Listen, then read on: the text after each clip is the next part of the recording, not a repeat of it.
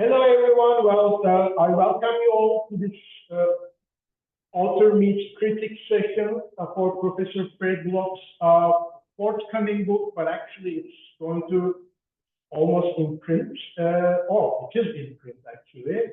Habitation Society Creating Sustainable Property. This author meets critics session is organized by the Department of Sociology at Zhejiang University and Global Critical Studies and Praxis Group. And I thank all the participants for accepting my invitation. I'm not going to spend time introducing Professor Block. I presume everyone who's coming here is familiar with his work. He's been contributing to economic sociology, to political economy, to the study of finance, to studies on Polanyi for quite a long time now, a leading economic sociologist of his generation. Without further ado, what I will do is to leave the floor to Professor Block. And then right after that, after he introduces the book, we will jump immediately to the critics offering comments, feedback, and criticism on the book. I asked all the critics, all the panelists to keep their comments to roughly, if possible, to 8 minutes because it's a busy schedule. And we want to have some session, some time for question and answer session. I also encourage everyone, all the participants here today, to please check Global Critical Studies and Praxis Group. It's a newly formed group of scholars around the world, and the goal is to foster global dialogue by organizing events like this on a regular basis. Without further ado, I will leave the floor to Professor Block, who will introduce the book, his book, for us, for the whole audience, briefly, and right after that, we will continue with the panelists offering their comments. Thank you, Kurtuluş, and thank you for organizing this event, and thank you to the discussants. Thank you to Rebecca for publicizing it, and to all of those of you who've come. I'm going to try to very quickly give a sense of the main argument of the book, but not take up too much time. The book starts with the famous quote from Gramsci, where he explains the rise of morbid symptoms, fascism, as emerging out of a blocked transition, a society that cannot transition from one type of economy to another.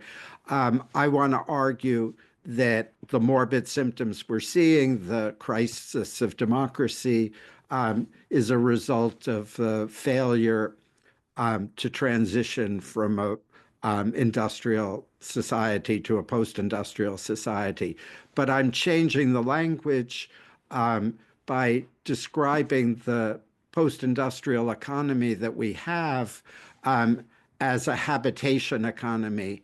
And I use the term habitation in a Polanyian sense precisely because for the first time in human history, most of the labor that people do, both paid and unpaid, is in maintaining, constructing, improving the hard and soft infrastructures of the communities in which we live. So that includes construction, education, healthcare, other services, retail trade, local government. This is what most people actually do. But we have transitioned to a habitation economy, but we don't have a habitation society, is the argument. And that in theory, when everybody is consuming habitation and most people are producing it, we should be able to achieve steady improvements in the quality of the habitation. But instead, our habitation is degrading. and there are multiple symptoms of this degradation, the climate crisis being the most acute, but across all the developed societies, we have an acute shortage of affordable housing, and obviously the economies are not working for everybody. So my argument is that we have this degradation of habitation because we're continuing to manage a habitation economy with the tools, the concepts, the policies that we inherited from the industrial era. And I'm arguing that those tools, those concepts essentially drive the degradation of our habitation. So in the 4 core chapters of the book, I explain in some detail the precise way in which those inherited concepts and policies lead to the degradation of habitation and prevent people from having the quality of habitation that they would want. So, for example, I show in one of the chapters that our ways of measuring investment in the national income statistics fail to comprehend what really counts as investment, what is productive activity in a habitation economy. And so after kind of laying out those arguments in the final chapter, I argue that the way out of the impasse, the way to make a transition to a habitation society is to carry out a significant democratization of habitation. And this would involve both expanding quite dramatically the resources available to subnational levels of government, to state and local or provincial and local governments, as well as a quite dramatic expansion of democratic participation and new structures of democratization that would give citizens greater voice in what their habitation looks like. So that's the very brief overview, and I'm eager to hear what the discussants have to say. Thank you.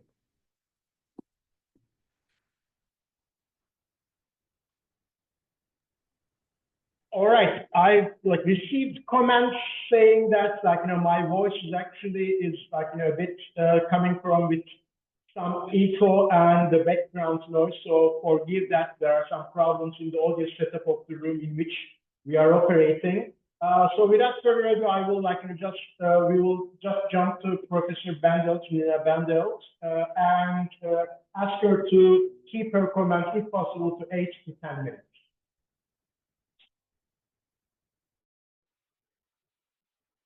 Thank you so much. Hello, everyone. Good evening. Good morning. It's so wonderful to be here.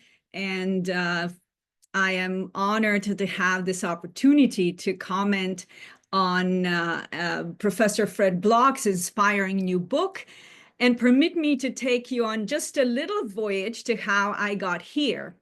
November 2nd, remember November 2nd of 2024, that's when I received an email from Kurtuluş Gemici inviting me to participate in a panel for Fred Bloch's new book. And I have to confess that I didn't know that Fred was writing a new book. He has done such important and influential work over so many decades that I honestly thought he was enjoying a well-reserved retirement. So I opened with curiosity the link to the forthcoming book to see. It's called The Habitation Society, Creating Sustainable Prosperity. I also saw that Mariana Mazzucato called it an essential reading for anyone seeking to understand our economic system and envision a more just and sustainable future. And Peter Evans endorsed it as a cogent argument for restructuring economic priorities and reconstructing democratic governance. Was also endorsed by Margaret Summers, Wolfgang Streeck, Nancy Folbury, Elizabeth Anderson, Andreas Novy, Catherine Kirsch-Clare, great thinkers with great enthusiasm. And on November 2nd, last year, there was also a lot of enthusiasm and hope in our household, in this very one from which I'm zooming in, from my community. And well, this changed drastically just 3 days after. On November 5th, Trump was elected into office again. And those days were a blur, so much so that I later remembered I forgot even the 31st anniversary of the fall of the Berlin Wall, which was November 9th of last year, which I would always celebrate. Growing up in the former Yugoslavia, and my research was on the post-socialist transition, I would always remember these Berlin Wall anniversaries and would show in so many presentations images of people expressing hope, gathering at the wall, pushing through, celebration of a collapse of an authoritarian regime, anticipation of a new democratic future on November 9, 1989. And now, 35 years later, it was in the US that a prospect of authoritarianism was looming large. But still, after the election, I mustered some focus to think that Fred's book gives us an alternative to alternative ways to organize our political economy, and we do need to arm ourselves with alternatives. As Fred said, he urges us to rethink the ways we think about the economy that is now obsolete. And even thinking about post-industrialism is not helpful. But curiously, Fred wrote a big book on post-industrial possibilities in 1990, I want to mention. But back to this book, Fred urges that we must grasp this new reality of a habitation economy. And how we get to it, very importantly, is to democratize finance and to increase participatory democracy. We need a new framework that will make the economy work more effectively and more justly. The key words, more effectively and more justly. I am all on board with that. But remember, I'm reading the book in January 2025, and after January 20th of 2025, when minutes after the inauguration, now fill in the blank, I have written too many words to spend and waste on what has happened after. So my first question for Fred really is how he's thinking about his book now, 52 calendar years into this presidency, the new regime. It's true that the book is not only directed to the US, but Trumpism is not only a US phenomenon. How do these political events potentially change the vision of where we are transitioning from and where we could transition to? I say this because I want to propose a complement to characterize today's economy, not just as habitation economy, but also as emotional economy. Something I argued in my presidential address for the Society of Advancement of Socioeconomics last summer. I argued that late neoliberal capitalism is geared around the production, investment, maximization, and exchange in psychic income, not only monetary income, but the non-monetary emotional set of rewards, as Gary Becker's definition of investment in human capital provides. I link this emotional economy to emotionalization of life, just like Fred links habitation economy to potential habitation society. So there is a societal transformation, but I gather it's one where emotions have become central to how we see ourselves and others, and where emotional reactions have high legitimacy as moral authority and sources of claims making. I do not really explicate this, but I can see how our political predicament in the US rides on the engine of emotional economy. But I also wonder, in this context of definitions, what do we mean by habitation, specifically habitation society? I searched for it in the PDF, and habitation economy is mentioned 23 times, but habitation society as a phrase is not mentioned. And there's a lot of discussion of participatory democracy, prosperity, and justice. So how different is habitation society from democratic socialism, for instance? And then quote, "Too much has changed for the recycling of 100-year-old slogans to be politically effective," says Professor Block. So, Professor Block, what would be effective political slogans to put on posters, to chant when people mobilize around the Habitation Society agenda? The book concludes that, quote, "A strategy of democratizing habitation is a sensible and reasonable response to the lived reality of contemporary developed societies." Yes, yes, yes, it is reasonable and sensible, but when the US Capitol is desecrated by a mob, when local boards of education meetings, a great example of participatory democracy on which Professor Block puts his money, turn into screaming matches over rules related to mask wearing during COVID, so obnoxious that even Saturday Night Live parodied them, when leaders of countries attacked by oppressors are bullied by the US president and vice president, when bravado, anger, mocking, dominance, humiliation are admired and go viral on social media with 1,000 likes, who can count on sensible and reasonable? I think my time is up, and I want to conclude by emphasizing how much I love this book. It was like reading a script for how life could be, should be. I would want us all to live in the beautiful movie called Habitation Society. I do admire Professor Block's unwavering faith in people and institutions, and I do hope that today's important conversation around this big book can restore some of mine. Thank you so much. Thank you very much for these wonderful comments, and we will go directly to Professor Cui Zhiyuan of Tsinghua University. So, Professor, if you could keep your comments to 8-10 minutes, that would be greatly appreciated. Okay, so thank you for Kurtuluş for organizing this panel.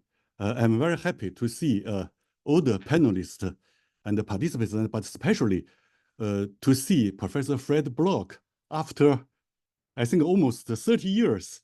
I remember we last see each other, I think, in John Romer. John Romer organized a conference on his book, Future of Socialism, right? And you wrote a very important technical appendix for that book, right?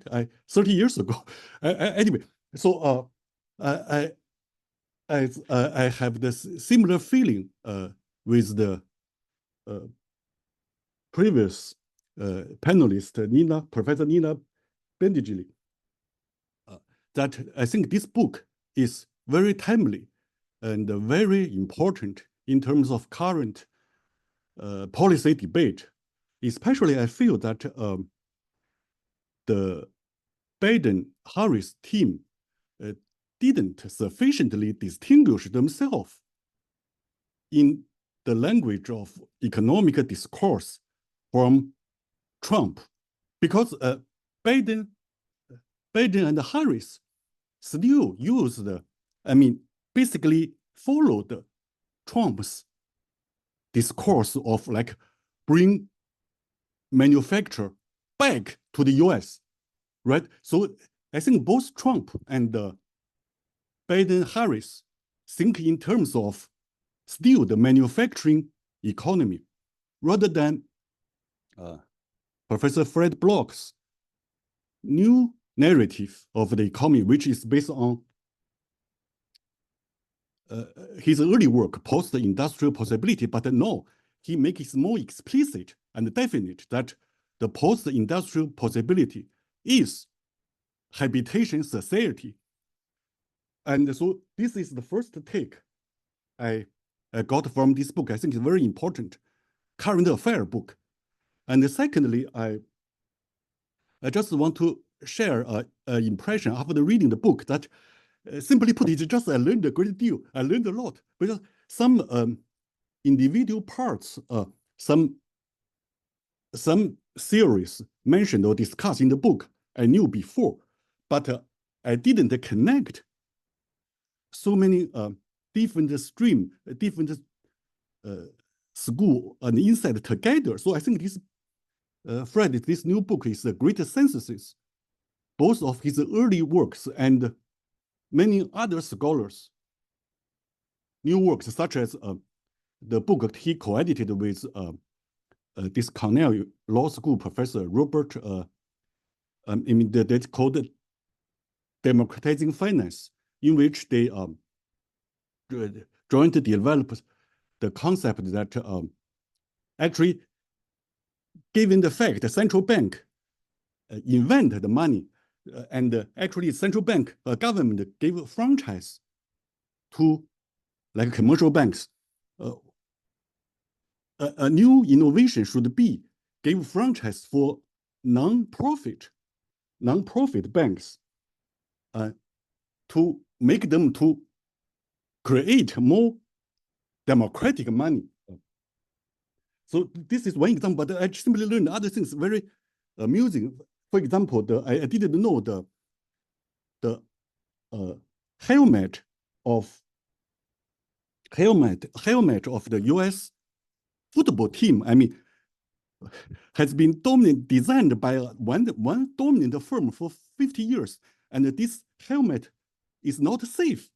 And but in the end, in the last few years, a network of small and medium-sized innovative firms solved the safety problem of the this U.S. football helmet problem. And but also before I know something, I read something about corporate finance.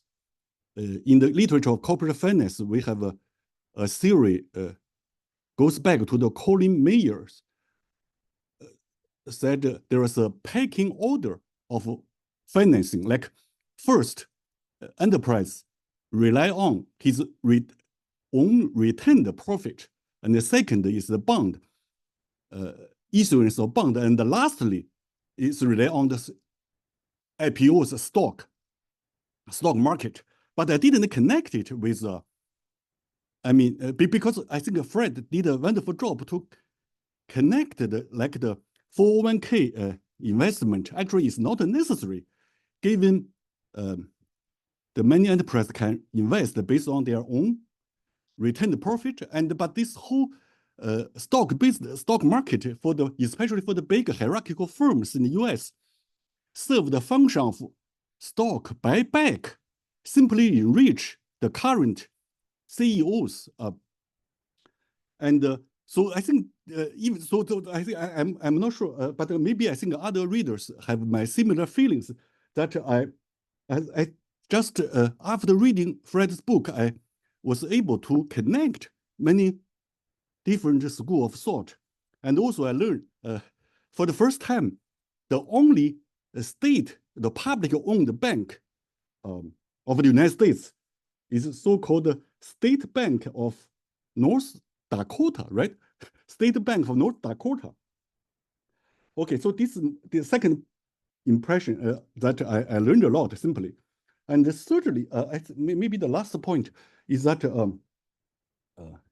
it's just a thought occurred to me, but this may be just a minor issue, but maybe this issue will connect to more, will have more theoretical implications. So which is the issue that I found Fred often used the term Hayek-Friedman. So it seems, this could be just terminological minor issues because he seems to think Hayek and Friedman belong to the same school. But because I'm sure you know this book by Quentin Slobodin, the globalist. I think this Quentin Slobodin make an interesting observation that actually there are two schools of neoliberalism. One is so-called Chicago school. Another is what he called Geneva school of neoliberalism, which represented by Hayek. But he didn't. I have an antidote. I think Slobodin didn't know. He didn't mention, and also haven't seen any study about Chicago school, the history of the Chicago School of Economics. Mentioned this antidote. I'm going to just for your amusement to tell, because when I studied in University of Chicago in the early 1990s, my advisors are Ron Elster and Adam Swirsky in political science, but I also have one economics department professor, Laszlo Telser. He used to tell me as a joke that Friedman reject and block Hayek's appointment in the University of Chicago economics department because they have huge theoretical disagreements. So in the end, Hayek ended up in social thought committee in University of Chicago, not in economics department. The main reason is that because Friedman disagree with Hayek's notion that a central bank should be abolished. We should have competitive private banks because central bank is a monopoly. But Friedman still want to have a central bank, but he wants central bank to policy making follow a rule rather than discretion. But I mentioned this is why? Because I think this may be just a minor issue, terminology, but maybe it has some theoretical implications. The reason is that it seems to me this Slobodin's book also argued that he criticized Karl Polanyi. He thinks the real problem is not market economy versus non-market economy, but rather the real struggle is about which institutions of the market economy should have. So it's not market versus non-market, but which, so there was no generic institution of market economy. So that seems to be his disagreement. So if we think of it this way, I will conclude by saying that we can think of habitation society could have different versions. We can ask which institutions of habitation society, for example, talking about post-industrial service economy, there is a this book also translated into Chinese called Next Shift, the Fall of Industry and the Rise of Healthcare in the Rust Belt American by University of Chicago historian Gabriel Winnard. So basically, so when the deindustrialization happened in like most severely, like in Pennsylvania, the healthcare industry was also most developed. So in a way, the habitation economy, also habitation society, I mean, other scholars also admit to exist, but I think Fred has a better version of habitation economy and habitation society. So that's why I make connection between Polanyi. Maybe the real issue is not market or non-market, but which institutions of market. Thank you.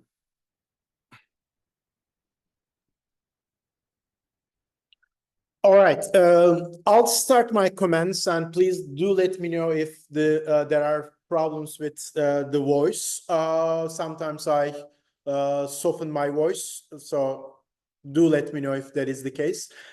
Now, the main issue, the main argument of the book, the main contribution that I see is the point about that goes back to Adam Smith and Jean-Jacques Rousseau.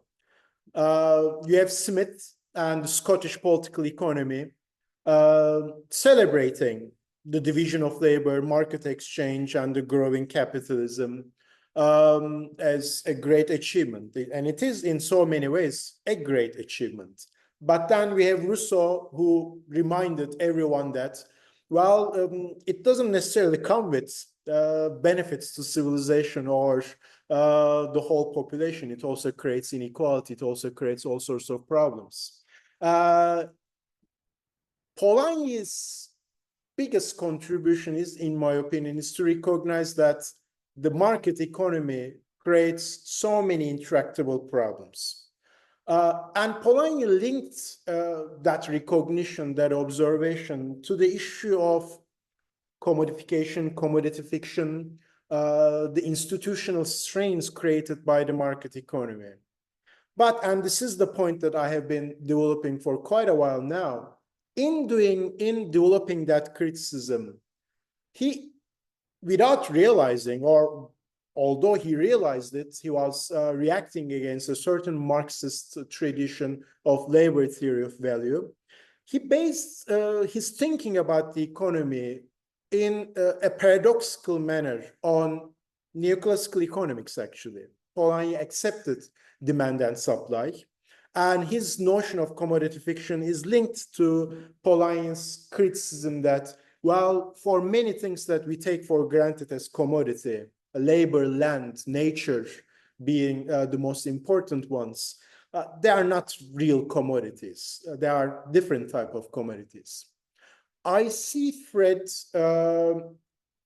building on this crucial distinction because it has been a theme in his work for a very long time now, going back to 1990s, early 2000s, including the introduction, the wonderful introduction that he has written to Polanyi's 2001 edition from Beacon Press, I believe, where he built on this distinction between real commodities, where demand and supply relationship manages to bring the markets to an equilibrium, where for which the market functions as a fine institution to a certain extent. It still creates problems, but it is fine in what it does. And then there are fictitious commodities, land, labor, for which the market doesn't work because demand and supply doesn't work. I see this book as a continuation of that crucial line of arguments. And the point that is made is, while we are switching more and more, we are shifting to a non-commodity economy, a service economy, where, like, things that we took for granted for quite a while as commodities do not exist in the way that they existed in the modern economy, which means that we need to reorganize the economy around the provision of these commodities that are not real commodities, because the market, the demand and supply mechanism does not do the work. And Fred's solution is a grassroots, democratic, local level solution at one level. At another level, it is government doing the recognition that the governments and households do real investment in the economy. I like and I agree with almost all of the arguments that you offer, Fred, about the mechanisms that produce the quagmire, the problems, the era in which we are living. And these are, in many ways, terrible times. But your solution is a ground level up democratic solution. And I think my solution, I don't think that solution would work. And I think my solution would be, what I would highlight is that the main problem has, and it has always been, distribution and inequality.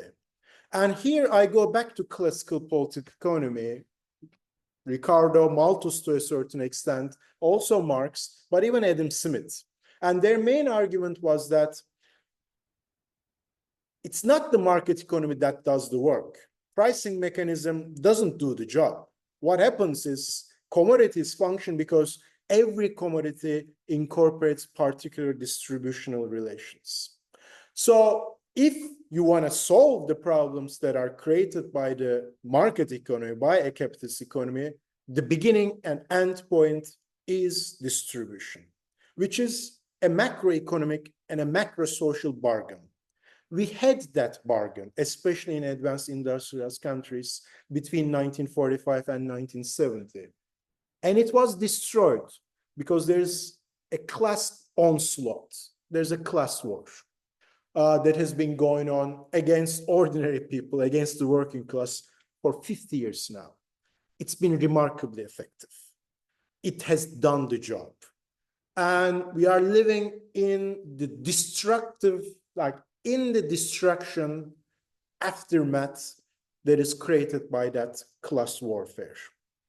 The solution to that I don't think would be giving power to local organizations, a grassroots democratic movement, I don't think would solve the issues. I think what needs to be done is really organize at the grassroots level to go for democracy at the macro social level. And then after that, I think the solutions that you offered, the mechanisms that you offered regarding collaborative network production, regarding financing mechanisms, regarding democratic decision-making when it comes to the economy, all of those mechanisms would work only after that point, in my opinion. So I don't dispute the potential the potential benefits that more democracy in the economic decision making in the economy would bring. But I don't think it's feasible, and I don't think it would do what is necessary. I think what needs to be done is really go to the class level, macro social level, and strike a bargain. How that could be done is, in my opinion, it depends entirely on social organization, on organizing the people. And that is what's been missing, because the left and the working classes and their organizations have been decimated around the world. Now, as one final comment, and in your very thoughtful book, you recognize this point, you might retort back, you might reply to me saying that if that happens, will we end up with some kind of fascist scenario, because fascism emerges when the working class really emerges as a threat with its organization to this kind of polarized environment and a ruling class that consolidated its power. And I think that danger is really there at this moment. So I recognize that the solution that I'm offering myself doesn't look feasible at this moment, but I don't see any way out. So I'll cut it off here, and then we can jump to Professor Thomas Malleson.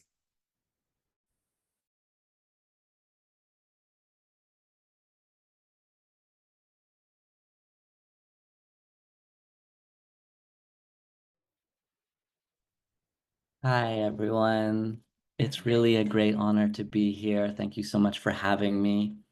Fred's work has been a deep source of inspiration for me for many years, as I know it has been for many others. So I'm really very thrilled to be here today to celebrate this important new book. So let me start by reiterating a few of the many strengths of the book. First, I think that Fred offers us a powerful and inspiring vision of participatory democracy, where regular people have access to all the key levers of social life, not just a once every 4 years vote in a political system, but just as importantly, influence over local investment flows and finance decisions. Fred reminds us that a key determinant of the kind of society we live in is the decisions over finance and investment. At the moment, those decisions are largely in the hands of corporate power and central governments. They are rarely in the hands of local communities. Yet, such decisions are vital to the well-being of community. So Fred's book reminds us that political democracy without economic democracy is barren and fragile. I think there's something inspiring about the big picture vision of wealth being created across society that is then taxed by a central government, redistributed and devolved to local levels to be invested in communities via democratic mechanisms. A second great strength is Fred's critique of the financial system, which is a subject that Fred has worked on for many, many years. Fred gives us this really kind of tantalizing description of billions, if not trillions of dollars floating around the stock market, often in pension funds, that are not actually being used for real investment. At the same time as local communities are terribly bereft of funds for housing and transport and education and every other kind of vital infrastructure. A third strength is the excellent chapter on investment, where Fred shows how the conventional understanding, or I should say the misunderstanding of what counts as investment, has deeply problematic consequences in terms of public policy. Right? A society that conceives of productivity enhancing investment as stemming only from private business will naturally be biased towards increased business investment and towards austerity for government and community spending. Right? In contrast, a sensible society would seek to invest in all three areas. Right? The goose that lays the golden egg is not simply a business goose. Right? The community and government geese are just as productive members of the farm. Okay, now let me offer a couple of quick, friendly amendments. These are not disagreements so much as I think of them as extensions or elaborations of Fred's work. So I really like the habitation concept. However, I think it needs a clearer, more explicit normative core. Fred defines habitation as, quote, all of the activities that are involved in creating, maintaining, and improving the human settlements in which we live.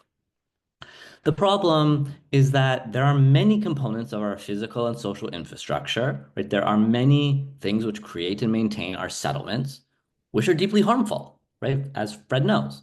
Think about the police force. This is infrastructure. In my home city of Toronto, the police force receives about $1 billion every year. It's one of the most expensive budgetary items, and yet this kind of infrastructure arguably does far more harm than good. The Toronto police kill Black people in my city at a rate of 20 times higher than white people. They regularly use brutal, violent force against poor people, against homeless people, against mentally ill people. So in this case, the solution is not more infrastructure, it's less. Or more precisely, the solution is defunding certain parts of the infrastructure, the police, and expanding funding for non-carceral, supportive, and caring infrastructures. In other words, what's needed is not habitation per se. It's not infrastructure per se. It's a certain kind of infrastructure. It's infrastructure that's designed to foster a good and a just society, which I might gloss as expanding relations of equality and opportunities for flourishing for all. So my question here is whether habitation needs a more explicit normative core. Should we perhaps refer not to the habitation society, but to the good habitation society, or perhaps the flourishing habitation society, right? Something that more explicitly connects infrastructure with an ethical vision of the good life.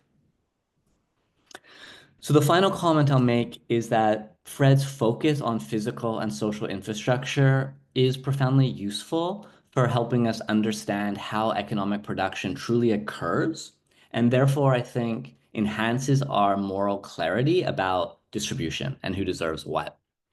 Fred doesn't talk about this explicitly, but I think it flows very naturally from his focus on infrastructure. Recall that the mainstream economics view is that production occurs by the firm purchasing or renting the factors of production, right? Land, labor, capital, and then organizing them in a way to produce a good or service at minimal cost and maximal profit.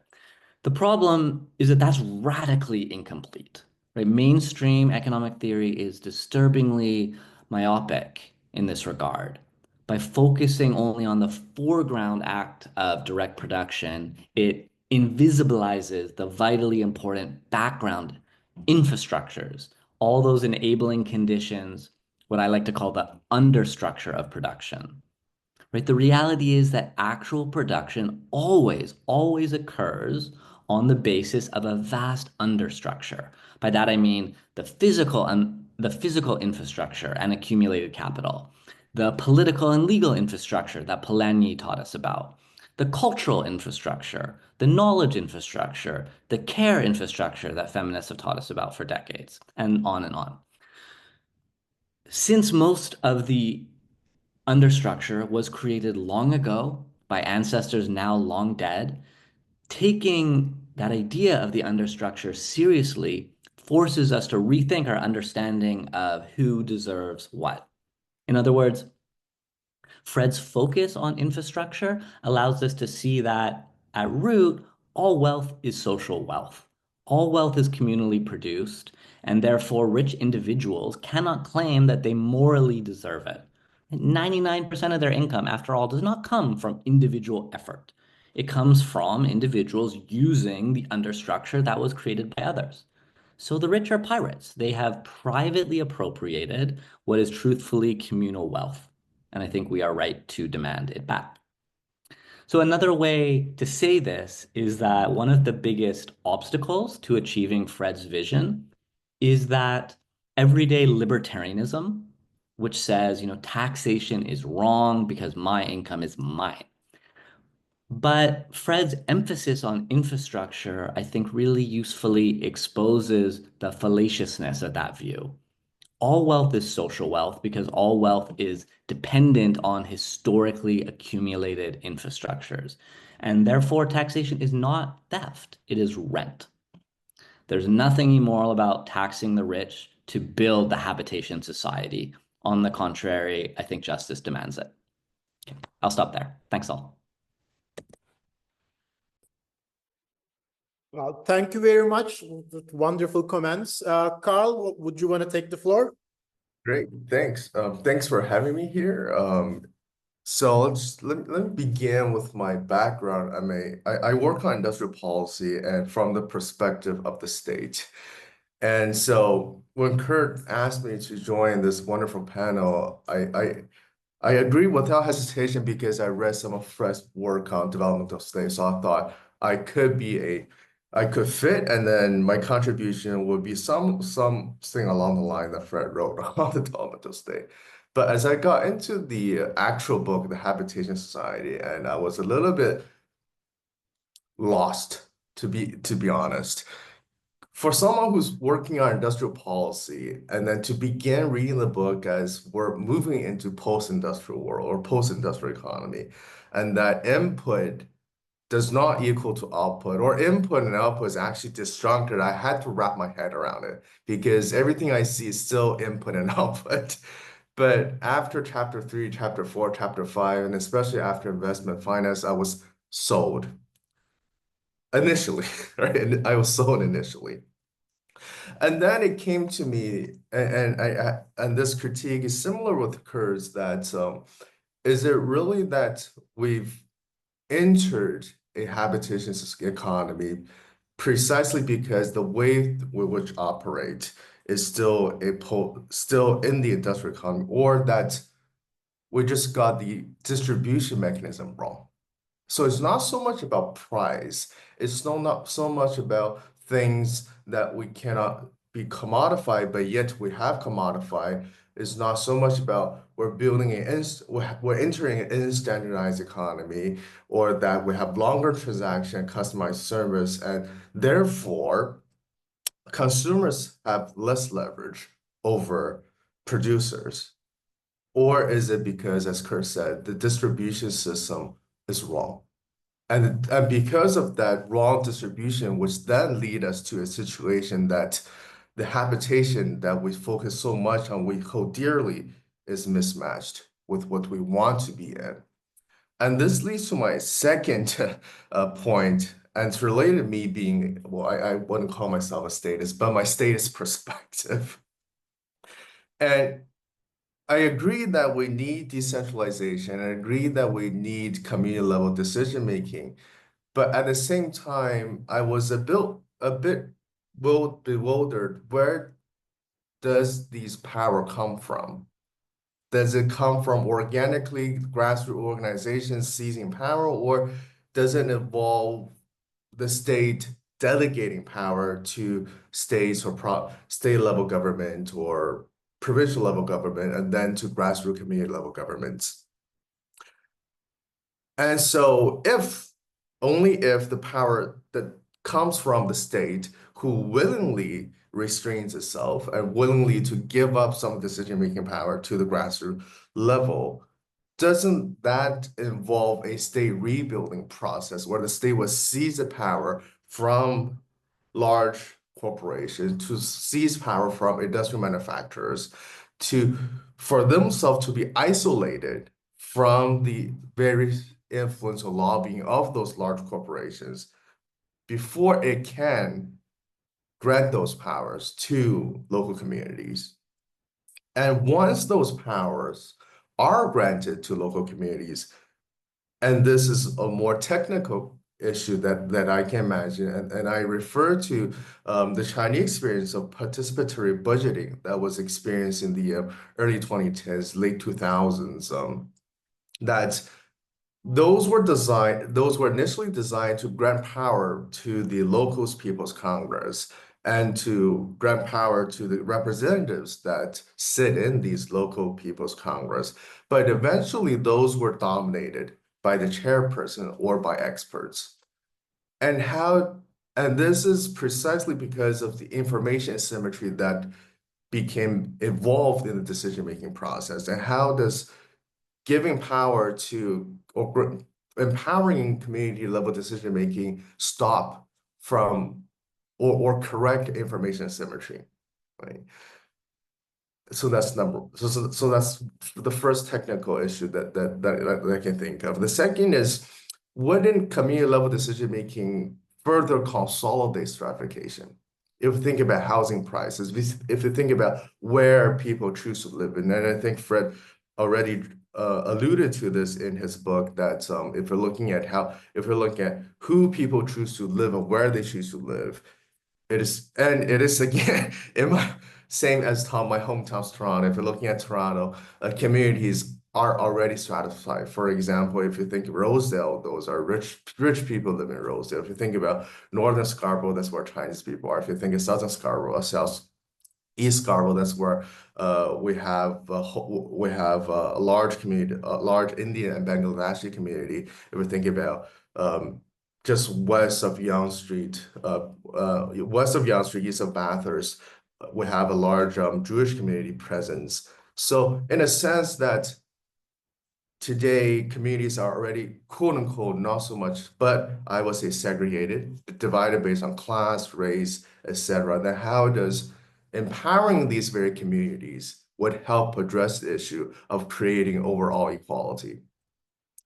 And second, once we also empower these communities, how can we make sure that they're also not the subject to the same degree of influence, the same degree of lobbying by large corporations? And if the state already through its weaponized apparatuses, infrastructure power, are still being subject to the influence of large corporations, how do we make the little players, such as community level organizations, immune to those? And I think Fred alluded to that, but wasn't explicitly stated that once we invest heavily in education, which then education will bring about, and this is thinking out loud, will bring about better understanding of the world around them. As we have a better understanding of the world around them, we can then make educated decisions based on how we ought to live in a world that improves our habitation. So I'm stretching this a little further. And this gets back to, I think, Kurt's point about a Rousseauian community, right? How then we make sure that when the community meets, that everyone's exercising their general will, but not their private will, right? So these are my 2 cents. And thanks again for having me in this wonderful discussion. Well, Karl, thank you very much. I will, Fred, why don't you respond to these comments and criticisms for, well, it's up to you, but please don't take up all the time that we have so that we can have some questions from the audience as well. Okay, but you'll probably have to stop me since that there are quite a few issues that have been raised, and yeah, I'm kind of at a loss as to where to begin, because I'm not used to being confronted with this richness of commentary and critique. So I'm grateful to you all. I guess that I do think I need to kind of concentrate on the political vision involved and some justification of that, kind of both normatively and strategically. And I should say, obviously, that I was writing the book with some confidence that Trump would not return to the White House. And as Nina said, I found it quite depressing that, but I do think that the argument, while it's empirically grounded in the US, I think it does have resonance across the developed market economies. And I can, kind of imagine that in places like Denmark, that they're a lot closer to thinking about their society in habitation terms, and that kind of one of the fantasies, is that the ideas would be taken up somewhere outside of the U.S. first, and but let me kind of try to. I mean, I think that that we come back to the image from Trump's inauguration, and he was surrounded by the 5 billionaires. I mean, the Elon Musk and Zuckerberg and so forth. But what's significant is that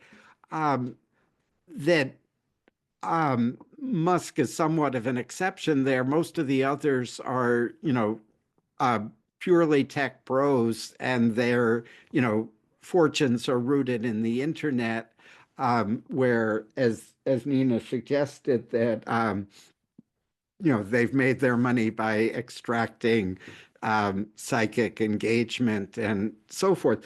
But all of which kind of points to that there's been a shift in power within the capitalist class, from the people who actually make things, to the people who run internet companies like Bezos and Zuckerberg, and that aside from Bezos getting us our packages, within 3 hours when we need something badly, that we could go for weeks without ever having to use Amazon or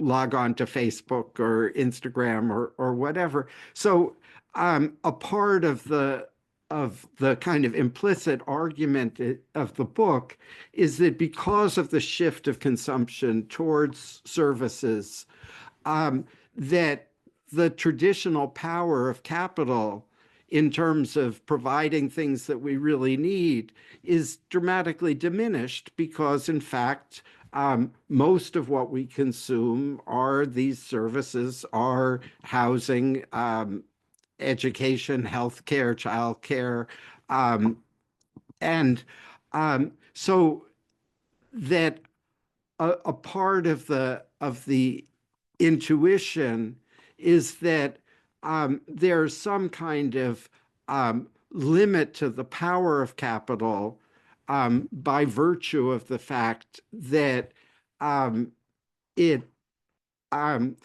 that, as we saw during COVID, we could go for weeks or months, with very little of the traditional capitalist production because factories were closed down. I mean,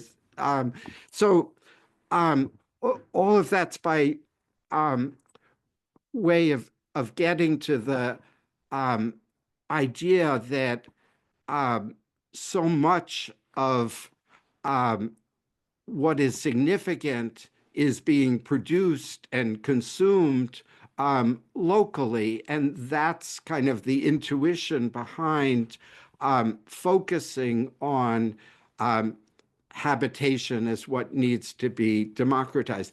Now, let me go from there to the kind of political issue, the issue of levels that Kurtuluş raised. I mean, I completely agree that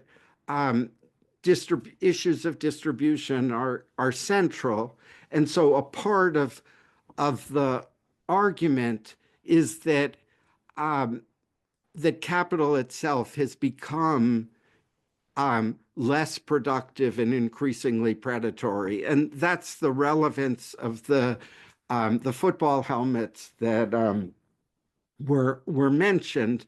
That there was, a handful of companies that had dominated the production of football helmets since the 1930s, and that when the National Football League discovered that that football players were getting this dreaded disease of brain degeneration, they put money into trying to develop a helmet that was significantly more protective of the brain of the football players.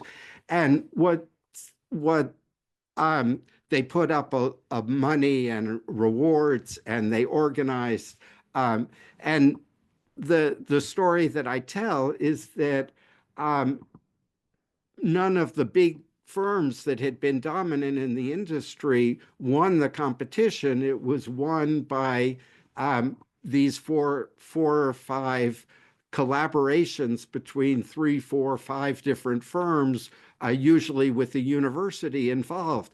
And the argument is that's where innovation, technological advances are coming from.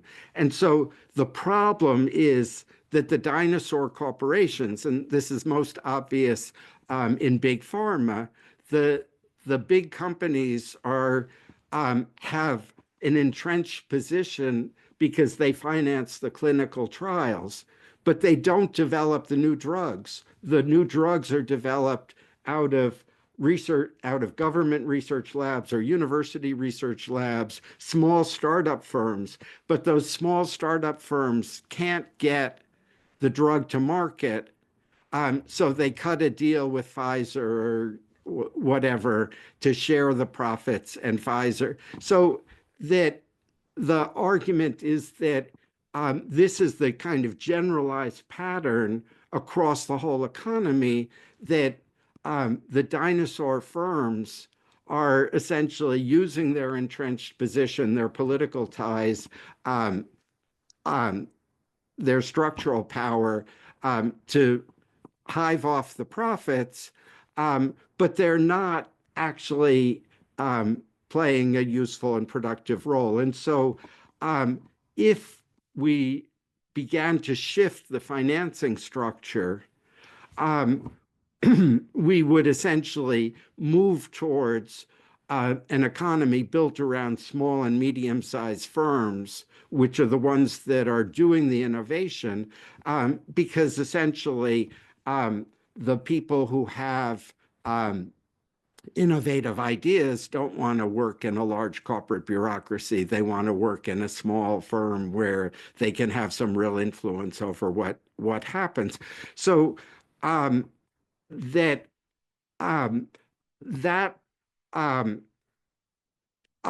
is a kind of implicit argument that we can imagine using political levers to change the structure of capital to favor these small and medium-sized firms and gradually weaken the power of the entrenched dinosaurs, both in the financial sector and in the non-financial sector.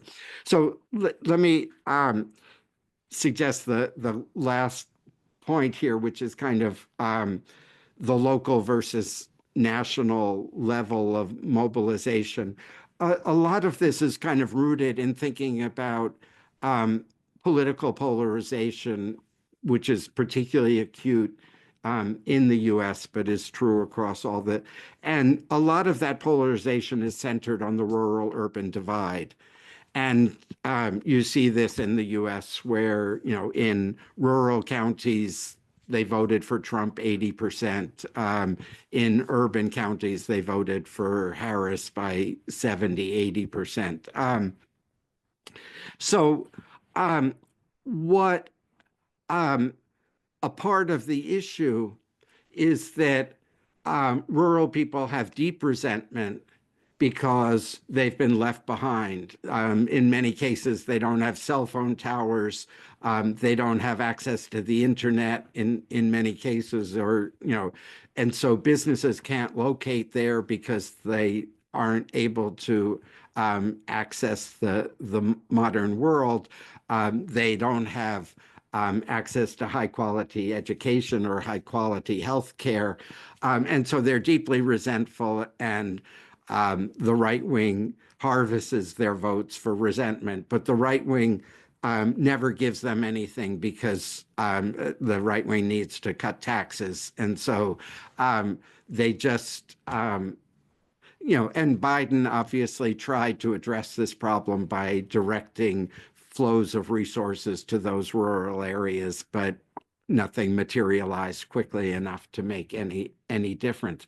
So a part of the kind of bottom-up habitation politics that I have in mind is that the urban areas, the cities and suburbs that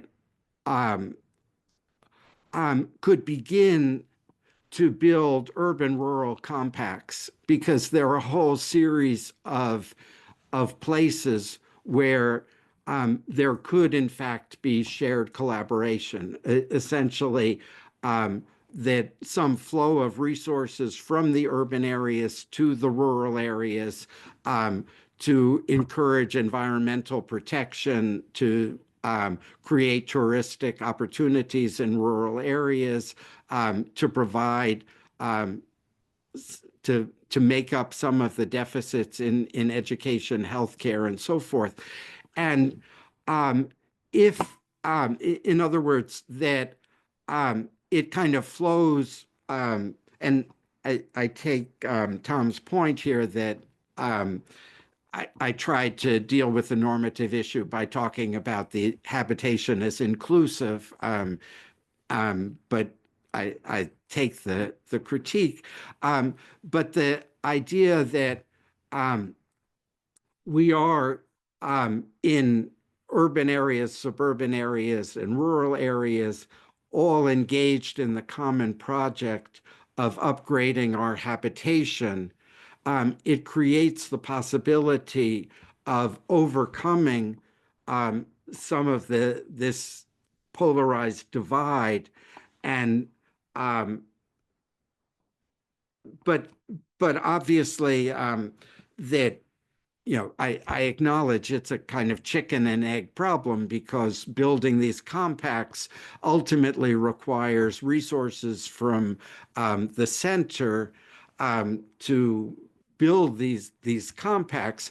But so the idea here, or kind of the central idea of the bottom up, is precisely that a critique that's implicit in the book, that the Democratic coalition since the civil rights period has kind of assumed that if they get a hold of the federal government in Washington, D.C., they can pull a bunch of levers that will generate the political support that they need to stay in power.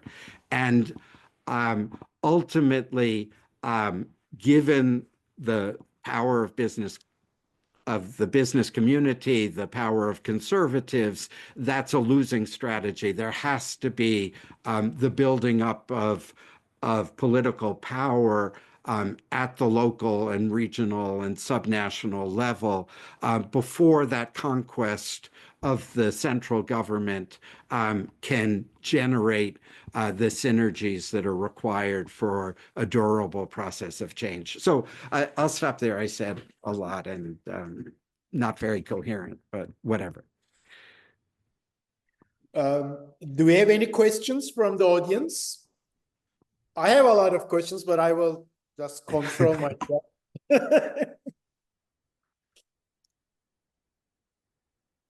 Please raise your hand. I think there's a mechanism to raise hands here on an online forum if you want to ask a question.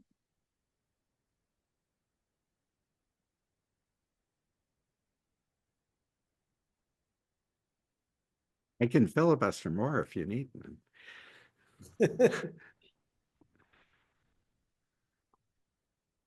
Rebecca has the question. Okay, Rebecca. All right.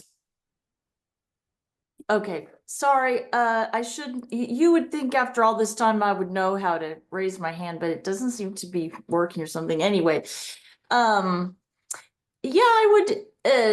Just an open-ended question. I would actually just be very interested. I mean, some of you talked about these political possibilities a little bit explicitly, and then others sort of it's implicitly implied in your comments, but maybe you didn't draw them out. But I'd actually just like to hear everybody sort of speculate about how we could actually bring some of these changes about. I mean, you know, the world seems very, very dark since November. I mean, it seemed dark before November, but especially since November, it seems really, darker. And it just seems like everybody's ability to engage in protests and activism and these sort of things is just, going down at the same time that things get darker and darker, right? I mean, I know everyone's just exhausted. I certainly am as well, but what room do we have here for hope? I mean, I agree with a lot of the things that Fred has pointed out. Like, in any number of times, you hear people say that this is an economy in which the luxuries are cheap, right? You can buy anything you want on Amazon. Some expensive cosmetic or a picture for your wall that, all these things, they're luxuries you don't really need, but the essentials are very, very expensive, right? Housing and education, which is really, the things that will, bring about the most, and health, the things that will bring about the most, human becoming, but are the hardest to get. So anyway, this isn't really much of a question per se, but yeah, what sort of political and economic changes, alliances, possibilities, do we need to, restore some sort of hope and some sort of possibility for collective action?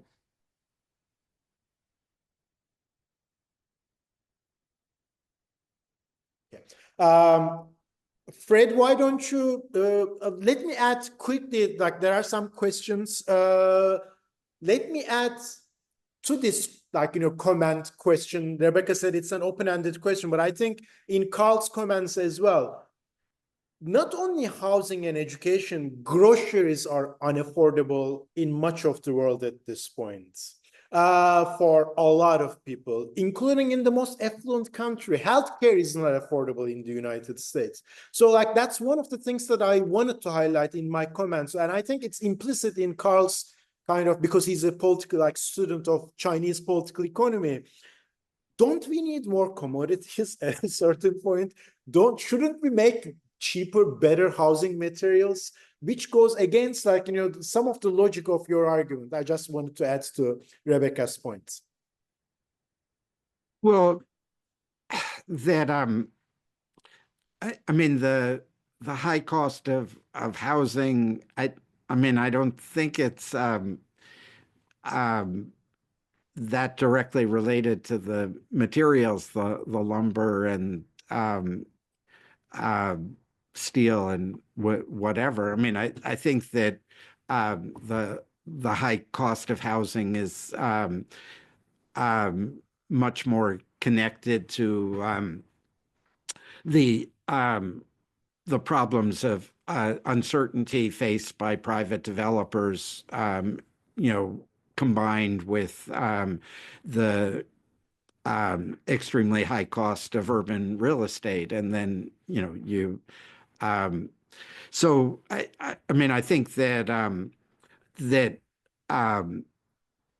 as with many other things, we need public options for provision, and that nonprofit public developers are necessary to begin to produce housing at the scale that would be required to address the crisis of affordability.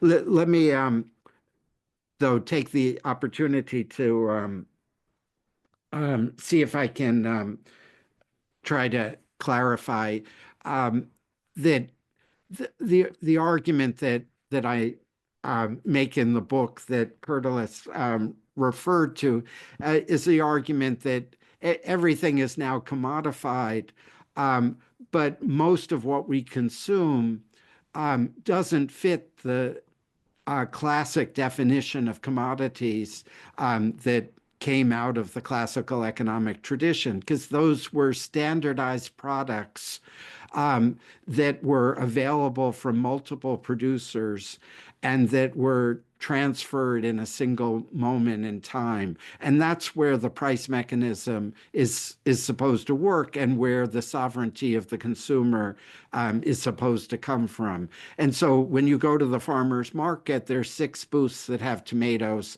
And if you don't like the tomatoes at one booth, it's costless to go to another booth. But almost everything that we now consume doesn't have that quality. I mean, that they are insurance policies, their housing, their healthcare, even appliances. You're buying a long-term relationship with the particular company because of the warranty and the potential for service and so forth. And furthermore, almost none of these products are standardized. And so when we go to buy a refrigerator, we're faced with this dizzying variety of possibilities, with different bells and whistles. And some of the refrigerators will call the local store and order more milk when we're running low. But we've lost the ability to commensurate, to evaluate, because the products are not standardized. So this is the argument that I'm making, that there's been, with the decline of standardized commodities, a tremendous shift of power in favor of providers, because exit by the consumer is often costly, where the information asymmetry has become greater because the products aren't standardized. And so this is why this is a part of the argument as to why we're not getting the habitation that we want, because corporate business power has become greater. And I also make the point that many of these things are effectively co-produced by government. I mean, that local governments have building codes, they have zoning, and yet they do not use their regulatory power on the behalf of consumers. They use it in support of developers. So they incentivize the developers to build housing for rich people and underproduce housing that's affordable. So that's a part of the argument that I made there. Professor Göçek? Thank you so much. This was a fabulous discussion. I loved every aspect of it. What I want to ask is, I totally agree that it is a great idea in theory, but as everybody has pointed out, it is going to have a lot of issues in praxis. And, but I'm very interested that you're sort of thinking of this as a new community coming together. I think it would be better if we went into our own history or to global history and actually studied many communities that did not and still do not, center their activities around commodification and the economy. I mean, we have had cooperatives, collaborations, networks of women, men, ethnicities, whatever. I mean, even in our own context, I would argue we have to study Native Americans to see how they did it. After all, we have built our system onto their system at their expense. It would be very interesting to see how we can collectively get together and study places both in our country as well as elsewhere. Because we're not the first ones to come to this. We won't be the last ones either. We literally, I think, wreaked upon the world neoliberal capitalism and destroyed it. And that destruction has now returned to its roots and is going to destroy us if we don't do anything. So other societies have all experienced the damage that neoliberal capitalism delivered. And now we are experiencing it ourselves in the United States, is the way I see it. So I would like you to comment on what is there already that we can draw upon to build the community that you're talking about. Thank you. So I mean, I'm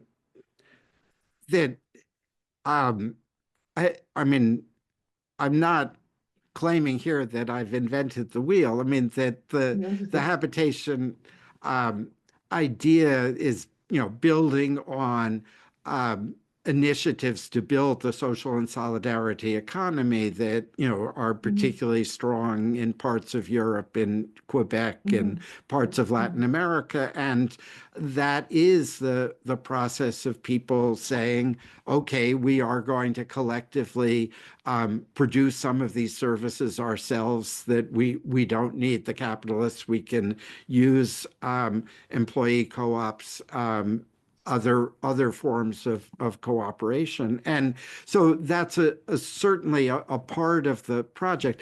But let me kind of make a point which I should have made earlier, which is that I think that parts of, what are already part of the left, the labor movement, environmental movement, the feminist movement, movements for immigrant rights, movements against police brutality, movements, Black Lives Matter, et cetera. What I'm trying to suggest is that while these different movements have formed some degree of collaboration and common unity, particularly in the context of the extreme polarization, that I'm trying to argue that if they came to see themselves as all part of a struggle to democratize habitation and create more inclusive, more egalitarian communities, that there would be more of an organic solidarity among those different movements and a way to accelerate their collaboration and build out from there to create a greater level of political support. And I think that unifying, I mean, again, that somebody, quoted me as discarding socialism as obsolete terminology, but my point is that the language of socialism no longer generates support. And I think that the idea of democratized habitation or some equivalent, I mean, I'm sure that somebody could ultimately come up with some even better language, would seem to me to be the basis for building the kind of solidarity that's required for a much stronger challenge to the power of the right and of business. Yeah. We have a question here from the audience. Unfortunately, our camera setup is not good enough. So Jan Harmschutte, a linguistic anthropologist, will pose a question to you, Fred. Hi, Professor Block. Thank you so much. I'm one of Kurtulus's colleagues here at Zhejiang University. I have an interest in all of this work, political economy and otherwise. But my interest is always in questions of the sort of communicative infrastructure of any question of political economy. In this case, what seems to be at issue is, let's call it a condition of possibility of solidarity for any kind of habilitation society to emerge, manifest, converge, or disintegrate in the case of certain potentials in North America at the moment. The question here is, what is the communicative infrastructure that would be necessary for the type of solidarity you're imagining in this, what Kurtuluş defined as a kind of bottom-up modality of social formation? Thank you. So this is kind of above my great pay level, but I mean, it seems to me that it's obvious that the internet does have the potential to facilitate some of the communication that would be required to build this solidaristic communities. So I mean, I think that